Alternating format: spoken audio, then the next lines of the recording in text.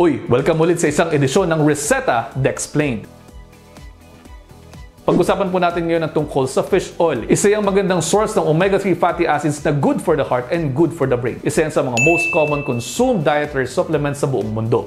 Sinasabi rin po sa ilang mga pag-aaral na nakakatulong ang fish oil sa pagsuporta sa heart health dahil nakakatulong ito sa pagpapababa ng cholesterol, triglycerides, blood pressure, at nakakatulong nito sa pagpapababa ng risk ng pagbuo ng mga plaques na nagpapatigas sa ating mga arteries. Pwede rin niyang makatulong sa ating brain health, sa ating eye health, sa ating skin health, at pwede rin po makatulong sa pag-support ng healthy pregnancy.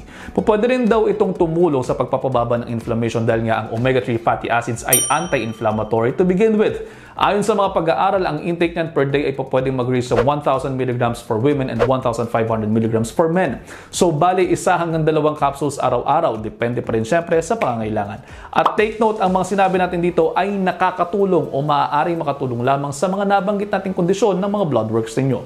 Hindi pa rin po ito mga mismong gamot na dapat ay asahan ninyong kapalit ng inyong mga medications. At yun, almost 1 minute na to. I hope you're all 1 minute wiser. Pakipusuan kung may natutunan. See you next episode. Ingat!